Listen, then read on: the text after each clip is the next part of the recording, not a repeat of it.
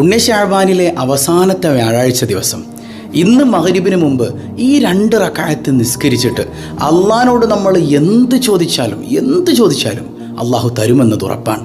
അതുമാത്രമല്ല, നാം അനുഭവിക്കുന്ന എന്ത് പ്രയാസമുണ്ടോ ആ പ്രയാസങ്ങളിൽ നിന്ന് ഈ 2 റക്അത്ത് നിസ്കരിച്ചിട്ട് അള്ളാഹിനോട് ചോദിച്ചു നോക്ക്, അതിൽ നിന്ന് അള്ളാഹു മുക്തി തരുമെന്നത് ഉറപ്പാണ്. മാത്രമല്ല, ഇന്നത്തെ ദിവസത്തിൻ്റെ ഒരുപാട് പ്രത്യേകതകളും നമ്മുടെ ജീവിതത്തെ ഈ ദിവസം കൊണ്ട് എങ്ങനെ മനോഹരമാക്കിയെടുക്കാമെന്ന പാഠം കൂടെയാണ് നമ്മളിന്ന് പഠിക്കുന്നത്. പടച്ച റബ്ബ് ശഅബാൻ അനുകൂലമാകുന്നവരിൽ നമ്മെ ഉൾപ്പെടുത്തി അനുഗ്രഹിക്കുമാറാകട്ടെ. അസ്സലാമു അലൈക്കും വറഹ്മത്തുള്ളാഹി വബറകാതുഹു. എന്തൊക്കെയുണ്ട് എല്ലാവരുടെയും വിശേഷം? സന്തോഷമല്ലേ? എവിടെ പുഞ്ചിരിച്ചുകൊണ്ട് അൽഹംദുലില്ലാ പറഞ്ഞേ. അൽഹംദുലില്ലാഹി റബ്ബിൽ ആലമീൻ. മാഷാ അല്ലാഹ്. ഈ ഒരു ഹംദ് പറഞ്ഞതിൻ്റെ ബറക്കത്ത് കൊണ്ട് കരുണക്കടലായ റബ്ബ് നമ്മുടെ പ്രഭാതവും പ്രദോഷവും നമ്മുടെ അഖില മേഖലകളിലും സന്തോഷ സൗഭാഗ്യങ്ങൾ സമ്മാനമായി തന്ന് നമ്മെ അനുഗ്രഹിക്കുമാറാകട്ടെ. സ്വബാഹുൽ ഖൈർ കുടുംബത്തിലെ ഓരോരുത്തരുടെയും ഭവനങ്ങളിലും മറ്റു മേഖലകളിലും പ്രത്യേകിച്ച് അവരുടെ ഹൃദയത്തിലും പടച്ച റബ്ബ് പ്രകാശം നൽകി അനുഗ്രഹിക്കുമാറാകട്ടെ. ദുആ കൊണ്ട് വസിയ്യത്ത് ചെയ്തവർക്ക് എല്ലാ ലക്ഷ്യങ്ങളും അള്ളാഹു പൂർത്തീകരിക്കട്ടെ. വല്ലാത്തൊരു മഹാഭാഗ്യം തന്നെയല്ലേ നമ്മുടെ സ്വബാഹുൽ ഖൈർ കുടുംബം. ഒരാൾ ദുആ ചെയ്യുമ്പോൾ എത്ര സഹോദരങ്ങളാണ് കമൻറ്റിൽ ഇങ്ങനെ പടച്ചവനെ സ്വബാഹുൽ ഖൈർ കുടുംബത്തെ സ്വീകരിക്കണേ, സ്വബാഹുൽ ഖൈർ കുടുംബത്തിന് പുറത്തു കൊടുക്കണേ, സ്വബാഹുൽ ഖൈർ കുടുംബത്തിലെ ഓരോരുത്തർക്കുമുള്ള മുറാദുകൾ ഹാസിലാക്കണേ എന്നെല്ലാം ഇങ്ങനെ കമൻസിൽ കാണുമ്പോൾ പടച്ചവനെ ഞാനും അതിലൊരു അംഗമാണല്ലോ റബ്ബേ എന്നൊരു തോന്നൽ മനസ്സിലേക്ക് വന്ന് സന്തോഷം കൊണ്ട് നിറയാൻ ആ ദുആ ചെയ്യുന്നൊരു സഹോദരി അല്ലെങ്കിൽ സഹോദരൻ അവർ ഇഖ്ലാസുള്ള ഖൽബോടെ പടച്ചവൻ്റെ മുമ്പിലേക്ക് അത് അവതരിപ്പിക്കുമ്പോൾ അള്ളാഹു അത് സ്വീകരിച്ചാൽ നമ്മളറിയാതെ തന്നെ നമ്മുടെ പ്രയാസങ്ങൾ നീങ്ങിപ്പോകുന്നുണ്ട്. പലപ്പോഴും ഈ സ്വബാഹുൽ ഖൈർ തുടങ്ങിയതിന് ശേഷം 2 കാര്യങ്ങളാണ് പലരുടെയും ലൈഫിൽ മാറ്റം ഉണ്ടാക്കിയതെന്ന് എന്നോട് പറഞ്ഞിട്ടുണ്ട്.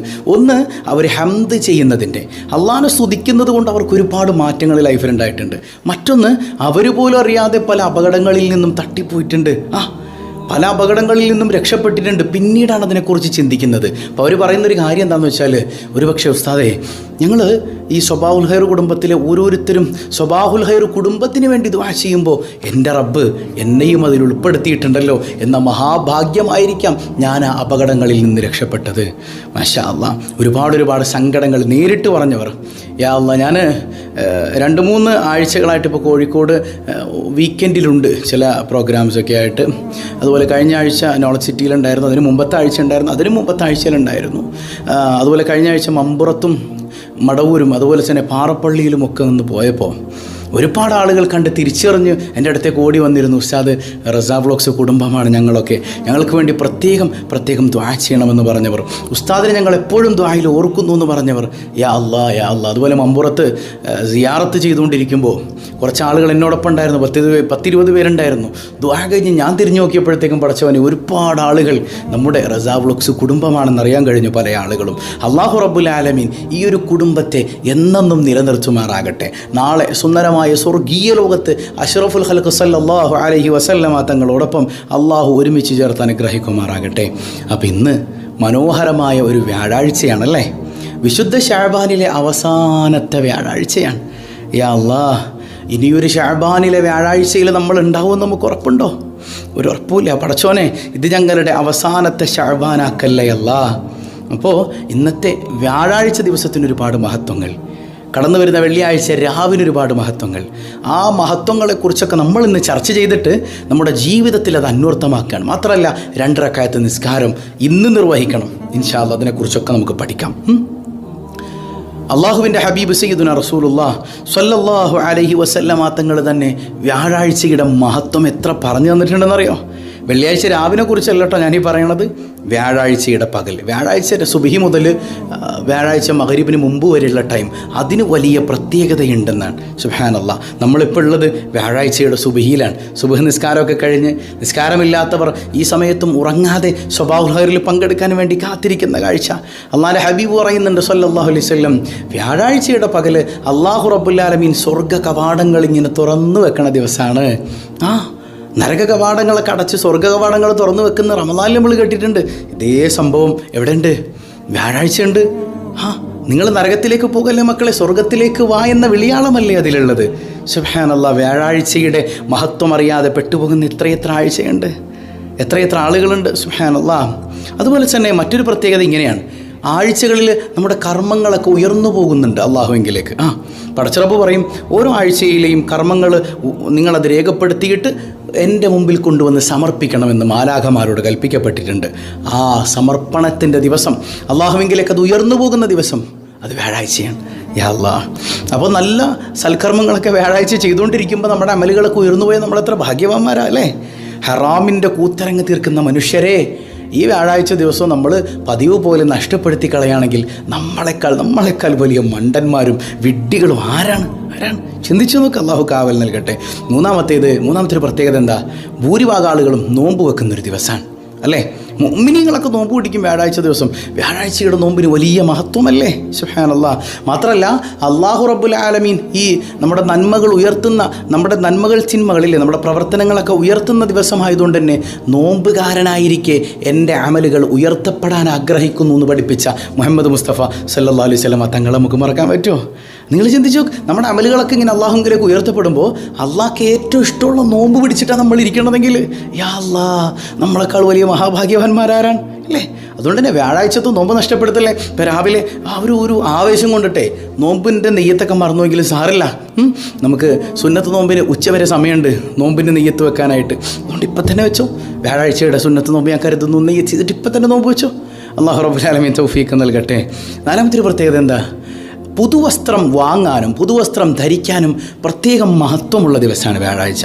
അപ്പോൾ ഇന്ന് നമ്മുടെ ബുധനാഴ്ച നമ്മൾ ഡ്രസ്സ് എടുക്കാൻ പോവാണ്, വേണ്ട വ്യാഴാഴ്ചത്തേക്കാക്ക്. ബുധനാഴ്ച എടുത്തുകൊണ്ട് കുഴപ്പമൊന്നുമില്ല കേട്ടോ, നിങ്ങൾ അങ്ങനെ മനസ്സിലാക്കണ്ട. വ്യാഴാഴ്ച എടുത്ത് അതിന് വല്ലാത്തൊരു ബറക്കത്താണെന്നാണ്. ഇപ്പോൾ കല്യാണത്തിന് ഡ്രസ്സ് എടുക്കാൻ പോകണം, അപ്പോൾ ഒരു ദിവസം എന്നെടുക്കും? വ്യാഴാഴ്ച ആയിക്കോട്ടെ, അതിന് പ്രത്യേക ഒരു ബറക്കത്തുണ്ട് എന്നാണ് പറഞ്ഞാൽ മനസ്സിലായി. വ്യാഴാഴ്ച പോവുക. അതിന് ഡ്രസ്സ് എടുക്കാൻ പോകലൊക്കെ ഒരു ജാതി ആഡംബരമായി മാറരുത് കേട്ടോ. ഡ്രസ്സ് എടുക്കുമ്പോൾ അള്ളാഹുവിൻ്റെ ദീനിന് വിരുദ്ധമായത് കല്യാണത്തിനല്ല എന്തിനാണെങ്കിലും എടുക്കരുത്. പറഞ്ഞത് മനസ്സിലായോ? നമുക്കൊരു ഡ്രസ്സ് വരാനുണ്ട് ഇല്ലേ, വെള്ള പുതപ്പിച്ചിങ്ങനെ കിടത്തും. അന്ന് നമ്മുടെ ഫ്രീക്കൺ ഡ്രസ്സൊക്കെ ഇട്ട് നമുക്ക് കിടക്കാൻ പറ്റൂല.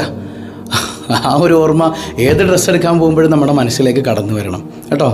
നല്ല ഡ്രസ്സുകൾ, നമ്മുടെ തലയൊക്കെ മറയുന്ന ഡ്രസ്സാകട്ടെ, ഒരു മുടി പോലും പുറത്ത് കാണാത്ത ഡ്രസ്സാകട്ടെ. അല്ലാതെ മീൻ വല എടുത്ത് തലയിൽ ചുറ്റുന്ന കല്യാണ പെണ്ണിൻ്റെ ഒരു ദിവസമൊക്കെ ഉണ്ടല്ലോ, മീനിൻ്റെ വല മുറിച്ചിങ്ങനെ തലയിൽ ഇങ്ങനെ ചുറ്റുക. യാ അല്ലാഹ്.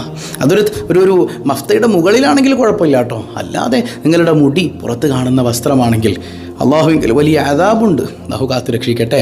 അപ്പോൾ പുതുവസ്ത്രം വാങ്ങാനും പുതുവസ്ത്രം വാങ്ങിയത് ധരിക്കാനൊക്കെ വളരെ വളരെ പ്രത്യേകതയുള്ള, ആ പുതുവസ്ത്രം ധരിച്ചാൽ നമുക്ക് വല്ലാത്ത ബറക്കത്ത് ലഭിക്കുമെന്നാണ്. സുബ്ഹാനല്ലാഹ്. വ്യാഴാഴ്ച ദിവസം അല്ലാഹു തൗഫീഖ് നൽകട്ടെ. അഞ്ചാമത്തേത്, വ്യാഴാഴ്ച ദിവസം അസ്റിന് ശേഷം ഒരുപാട് സുന്നത്തുകളുണ്ട്. അതിൽപ്പെട്ട പ്രാധാന്യത്തോടെ നമ്മൾ മനസ്സിലാക്കേണ്ടത്, വ്യാഴാഴ്ച അസ്റിന് ശേഷം എന്ത് ചെയ്യുക? നഖം മുറിക്കാറുണ്ട് നമ്മൾ. നമുക്ക് തോന്നുന്നൊരു സമയം, ചില ആളുകൾ ബുധനാഴ്ച നഖം മുറിക്കാൻ പാടില്ല എന്നാണ്. വ്യാഴാഴ്ചയുടെ അസ്റിന് ശേഷം ഏറ്റവും നല്ലത്. സുബ്ഹാനല്ലാഹ്. അങ്ങനെ വെള്ളിയാഴ്ചയുടെ അസ്റിന് ശേഷം ഒരു മനുഷ്യൻ നഖം മുറിക്കുന്നത് പതിവാക്കി കഴിഞ്ഞാൽ അവന് അടുത്ത വ്യാഴാഴ്ച അസ്ർ സമയം വരെ, അല്ലെങ്കിൽ അടുത്ത വ്യാഴാഴ്ച വരെ അവന് രോഗങ്ങളിൽ നിന്ന് മുക്തി ലഭിക്കുമെന്ന് അള്ളാഹുവിൻ്റെ സ്വാലിഹീങ്ങൾ പഠിപ്പിച്ചിട്ടുണ്ട്. അപ്പോൾ വ്യാഴാഴ്ച അസ്റിന് ശേഷം നമ്മൾ നഖം മുറിക്കുകയാണെങ്കിൽ അടുത്ത വ്യാഴാഴ്ച വരെ അസുഖങ്ങളിൽ നിന്ന് കാവലാണ്. സുബ്ഹാനല്ലാഹ്. അതുപോലെ തന്നെ വെള്ളിയാഴ്ച ദിവസത്തിന് വേണ്ടിയുള്ള ഒരുക്കങ്ങളൊക്കെ ഈ വ്യാഴാഴ്ച വൈകുന്നേരത്തോടുകൂടെ പൂർത്തിയാക്കി വെക്കുക, വസ്ത്രങ്ങളൊക്കെ റെഡിയാക്കി വെക്കുക. അങ്ങനെ ഒരു ഒരുക്കം നല്ലതാണ്. നാളെ വെള്ളിയാഴ്ചയാണല്ലോ ഇൻഷാ അല്ലാഹ് എന്ന ബോധ്യത്തിൽ വെള്ളിയാഴ്ച ജുമാക്ക് പോകാൻ, മനസ്സിലാകുന്നുണ്ടോ? ഭാര്യമാരാണെങ്കിൽ ഭർത്താക്കന്മാർക്ക് അതിനെ സപ്പോർട്ട് ചെയ്ത് കൊടുക്കുക. അങ്ങനെ വെള്ളിയാഴ്ച നമ്മുടെ ഒരു കുഞ്ഞ് പെരുന്നാളാണ്. ആ ഒരു ബോധ്യത്തിൽ വെള്ളിയാഴ്ചയെ സ്വീകരിക്കുന്നവർക്ക് വലിയ മഹത്വമുണ്ടെന്നാണ്. അള്ളാഹു തൗഫീഖ് നൽകട്ടെ. അതുപോലെ തന്നെ ഏഴാമത്തെ ഒരു മഹത്വം എന്താണ്? ഉച്ച കഴിഞ്ഞ്, അതായത് വ്യാഴാഴ്ച ദിവസം ഉച്ച കഴിഞ്ഞിട്ട്, ഉച്ചയ്ക്ക് ശേഷം മരിച്ചു പോയാൽ, യാ അല്ലാഹ്, വെള്ളിയാഴ്ച രാവിലെ മരണപ്പെട്ടതിൻ്റെ പ്രതിഫലം ലഭിക്കുമെന്ന് പോലും സ്വാലിഹീങ്ങൾ പറഞ്ഞിട്ടുണ്ട്. വ്യാഴാഴ്ചയുടെ ശേഷം അള്ളാഹു നമുക്കൊക്കെ ആയുസ് നീട്ടിത്തരട്ടെ. അവൻ്റെ ത്വാഴത്തിലായി പടച്ചവൻ ആയുസ് നീട്ടിത്തരട്ടെ. പെട്ടെന്ന് മരിക്കാൻ വേണ്ടിയിട്ടല്ല ഞാൻ പറയുന്നത്. വ്യാഴാഴ്ചയുടെ ഒരു പ്രത്യേകതയാണ്. വ്യാഴാഴ്ച ദിവസം ഉച്ച കഴിഞ്ഞിട്ടാണ് നമ്മുടെ മരണമെങ്കിൽ വെള്ളിയാഴ്ച രാവിൻ്റെ മഹത്വം അവർക്ക്, വെള്ളിയാഴ്ച രാവിലെ മരണപ്പെട്ട മഹത്വം ഉണ്ടെന്നാണ്. യാ അല്ലാഹ്, എത്ര വലിയ മഹത്താണ്. സുബ്ഹാനല്ലാഹ്. മറ്റൊരു പ്രത്യേകത എന്താണ്? ഇമാം ശാലിഅത്തി റഹിമഹുല്ലാഹ് അടക്കം പറഞ്ഞത് കാണാം, ദിവസങ്ങളിൽ വളരെ നല്ല ദിവസമാണ് ഏത്? വ്യാഴാഴ്ച ദിവസം. ഈ സമയം, ഈ വ്യാഴാഴ്ച മഗ്‌രിബിന് മുമ്പായിക്കൊണ്ട് അള്ളാഹുവിൻ്റെ മുമ്പിൽ നമ്മുടെ എല്ലാ പ്രയാസങ്ങളും അവതരിപ്പിക്കാൻ പറ്റുന്നൊരു ദിവസമാണ്. സുബ്ഹാനല്ലാഹ്. ദുആയിന് ഉത്തരമുള്ള ദിവസമാണ്. ഒന്നും ചോദിക്കാൻ മടിക്കണ്ട, എല്ലാം ചോദിക്കാം. എങ്ങനെ ചോദിക്കണം എന്നാണ് മഹാന്മാർ പഠിപ്പിക്കുന്നത്? വ്യാഴാഴ്ച മഗ്‌രിബിന് മുമ്പായിക്കൊണ്ട്, രാവിലെ ഇപ്പം തന്നെ ആയിക്കോട്ടെ, അല്ലെങ്കിൽ വൈകുന്നേരം ആകട്ടെ, അല്ലെങ്കിൽ ഉച്ചയ്ക്ക് ശേഷം ആകട്ടെ, മഗ്‌രിബിന് മുമ്പായിക്കൊണ്ട് 2 റക്അത്ത് നിസ്കാരം, ഖളാ ഉൽ ഹാജത്തിൻ്റെ നിസ്കാരം, 2 റക്അത്ത് നിസ്കാരം നിർവഹിച്ചിട്ട് സാധാരണ നിസ്കാരം പോലെ തന്നെ നമ്മൾ സാധാരണ സുന്നത്ത് നിസ്കരിക്കൂലേ, അതിന് പകരമായിട്ട് ഖളാഉൽ ഹാജത്തിൻ്റെ സുന്നത്താക്കപ്പെട്ട ഖളാഉൽ ഹാജത്തിൻ്റെ 2 റക്അത്ത് നിസ്കരിക്കുന്നു. ആവശ്യപൂർത്തീകരണം എന്നാണ് ഈ ഖളാഉൽ ഹാജത്ത് എന്ന് പറഞ്ഞ അർത്ഥം. അപ്പോൾ ഈ 2 റക്അത്ത് നിസ്കാരം നിർവഹിക്കുക. ഒന്നാമത്തെ റക്അത്തിൽ ഖുൽ യാ അയ്യുഹൽ കാഫിറൂൻ സൂറത്ത് ഓതുക, രണ്ടാമത്തെ റക്അത്തിൽ ഖുൽ ഹുവല്ലാഹു അഹദ് സൂറത്ത് ഓതുക. അത്രയേ ഉള്ളൂ, സിമ്പിൾ. അറിയെങ്കിൽ ഇല്ലെങ്കിൽ നിങ്ങൾക്ക് ഏത് സൂറത്താണ് അറിയുന്നത് അത് തന്നെ ഓതിയാലും ഒരു കുഴപ്പമില്ല. എന്ന് സലാം വീട്ടിയിട്ട് എന്ത് ചെയ്യുക? നിങ്ങളുടെ എന്താഗ്രഹമാണ് അത് അള്ളാഹുവിലേക്ക് പറയാം. അത് മലയാളത്തിലായാലും അറബിയിലായാലും ഏത് ലാംഗ്വേജിലായാലും ഒരു പ്രശ്നമില്ല. നിങ്ങൾക്ക് അറിയുന്ന ഭാഷയിൽ പടച്ചവനോട് പറയാം. മനസ്സിലായോ? അപ്പോൾ ഖളാഉൽ ഹാജത്തിൻ്റെ നിസ്കാരം നിർവഹിക്കുക. അതിലൊരു സംശയം ആർക്കും ഉണ്ടാവില്ലല്ലോ. ഇത്രയേ ഉള്ളൂ. സുന്നത്താക്കപ്പെട്ട ഖളാഉൽ ഹാജത്തിൻ്റെ നിസ്കാരം 2 റക്അത്ത് അള്ളാഹുവിന് വേണ്ടിയാണ് നിസ്കരിക്കുന്നു. ബസ് ഇത്രയേ ഉള്ളൂ, സിമ്പിൾ.